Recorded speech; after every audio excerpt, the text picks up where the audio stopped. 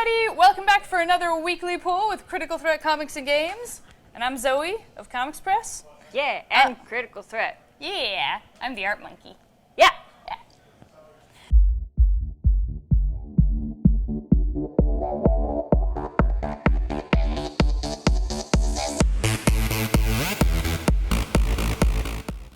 Alright, so all of the things are happening this week. I will let you go first, because I think you have more than me.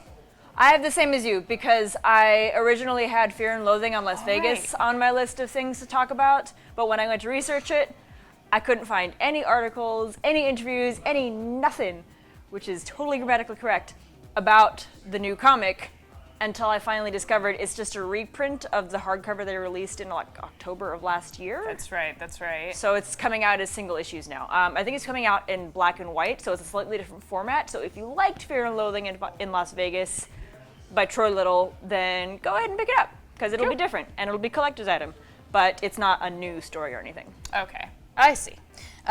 Well then, I'm going to start us off with the big thing that everybody is losing their bananas over this week. Bananas! DC Rebirth! Oh. And also Gwen Stefani. All right, I'm down. Yeah, Rebirth. Yeah, so Rebirth, It's not like the new 52. It is not like the new 52. For one thing, actually, Detective and Action Comics are restored to their original numbering. This is what DC is calling a soft reboot, because there's things from the new 52 continuity that people really liked that they are continuing and picking up, but there's things that they really didn't like, that AKA like everything with the Teen Titans, that they're just taking and throwing out and completely restarting. Except for maybe the TV show. Yeah, like, people really like that. People know Teen Titans from the TV show, and what came out in the comic series was nothing like it. Characters weren't quite the same. Starfire was a disappointment, so they're just sort of like redoing everything there. But yeah, so the 80-page one-shot releases today, and then I was like this week, which is today for you guys. Time travel. Yeah. So that'll be cool.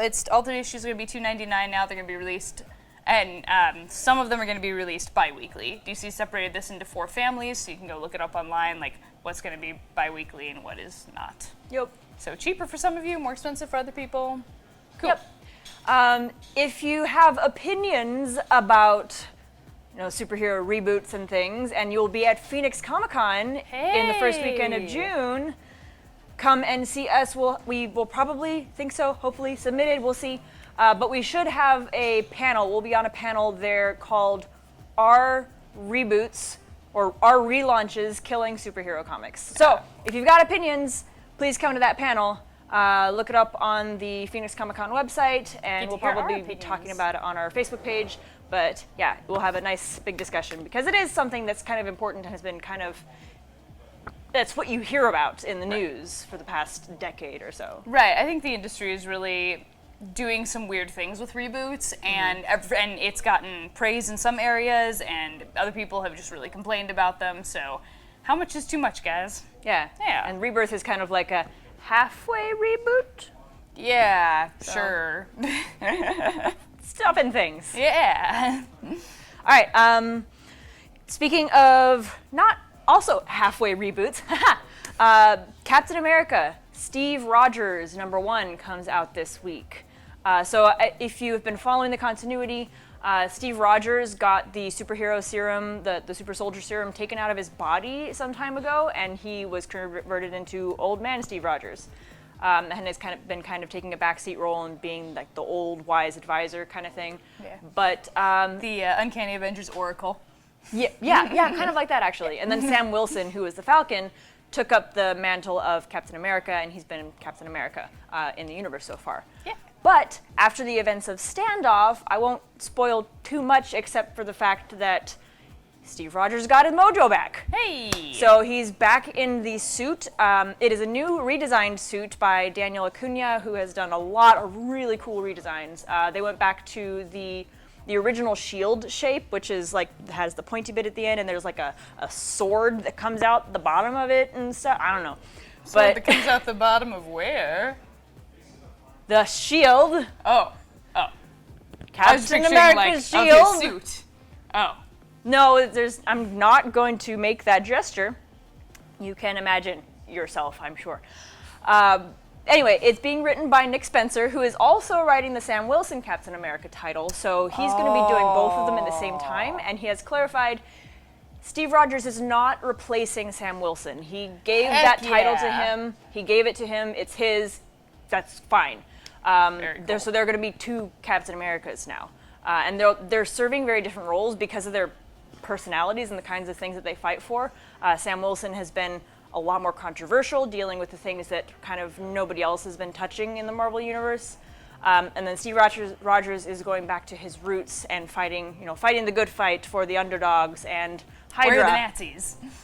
And Hydras. Yeah, literally. Same the thing, Nazis. He's Hydra is resurfacing, so he'll be squaring off against them once more. Awesome. Well, speaking of redesigns, oh my god, you guys. Oh, your God. This poster has been up in our store Oh. for weeks.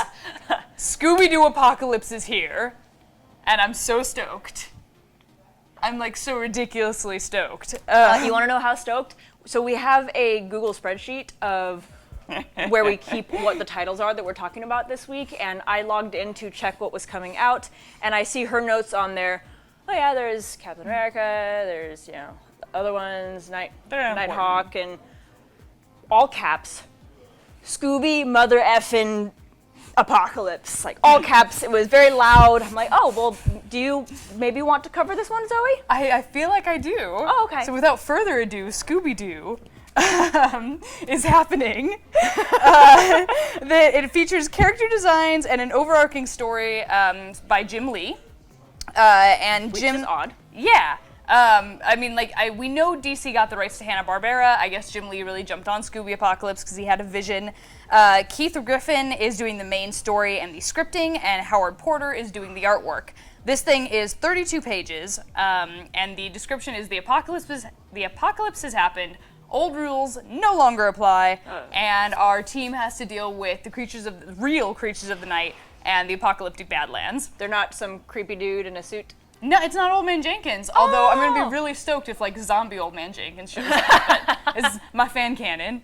Oh, God. Oh, I've loved this because years and years ago, do you remember when Threadless put out a t-shirt of Velma and Scooby and the Mystery Machine in the background, and it was like a mashup between Army of Darkness and Scooby-Doo? Yes, I do remember that, yeah. Yeah, and we've seen fanfics and kind of some fan art and stuff like that pretty much ever since, and I'm really happy to see something in canon with Scooby Apocalypse, and the redesigns are great. Daphne's not useless, she's got that big gun.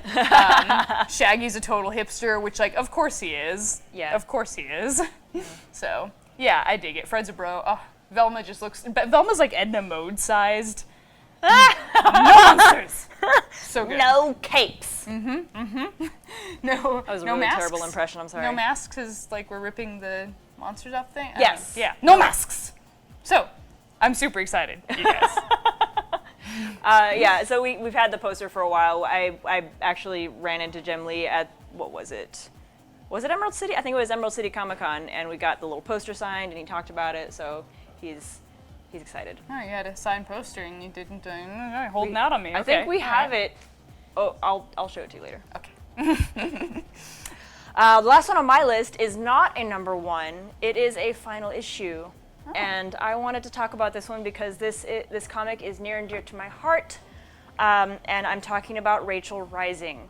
Should we start up the piano music in the background? Sad song, little tiny violin. I don't know. Okay, go.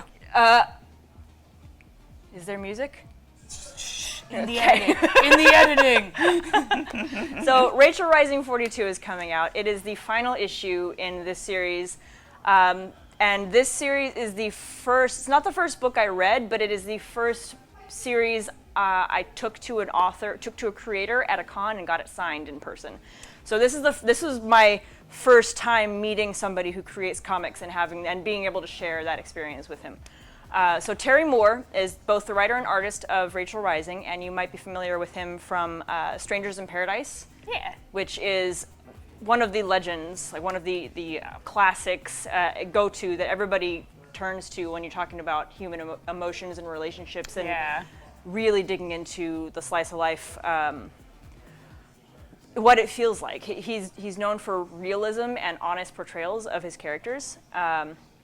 So Strangers in Paradise, he also did Echo, which was his foray into sci-fi.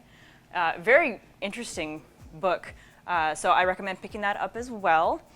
Rachel Rising is his attempt at, I shouldn't say attempt, his glorious horror comic. Okay. So it's the story of a girl who wakes up in her own shallow grave in the middle of the forest. Oh. And she's coughing up dirt, and she's crawling her way out, and she finds her way back to town and discovers she's been missing for 2 days. And she has apparently been dead, maybe, and a bunch of really weird stuff starts happening, but she spends the entire comic trying to find out what happened to her. I still don't know really what happened to her. I'm assuming I'm going to find out in this issue. But it very quickly goes from a girl who wakes up and is trying to figure out who killed her and what happened, and then he brings in all this mythology from like some of the oldest stories in Western civilization, and he draws on a lot of really interesting things and pulls it all together into something really special. Okay. To wrap it up, I want to say he wrote a quote. He released a quote of Rachel that kind of sets the tone for this last final issue. And it's Rachel herself, and she says in this final issue, "Predators go from victim to victim until they pick the wrong one." Oh. Oh my. All right. So I am excited to see what's happening. He also has plans for a TV show, so you can follow him on Twitter. He's been asking people for their opinions on who should play which characters, and they're having some really interesting discussions.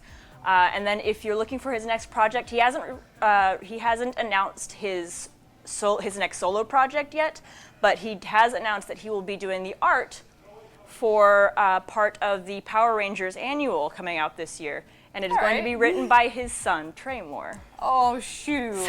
Okay. And it's his son's first published story, so it's kind of a nice moment. So keep an eye out for the TV show. If you want more of Rachel Rising, the omnibus will be out probably later in the year. Volume 7 comes out June 8th, the last collected volume, and then read Strangers in Paradise and Echo. Awesome. Cool. Well, we have all sorts of good stuff. Yeah. We got some big events, some small events, some conclusions, some beginnings, some apocalypses. So I'm super stoked, and I guess you guys will see me bouncing around the store on Wednesday. Probably, yeah. Uh-huh. Which is today. Oh yeah, for you. Bye, guys. See ya. Ow.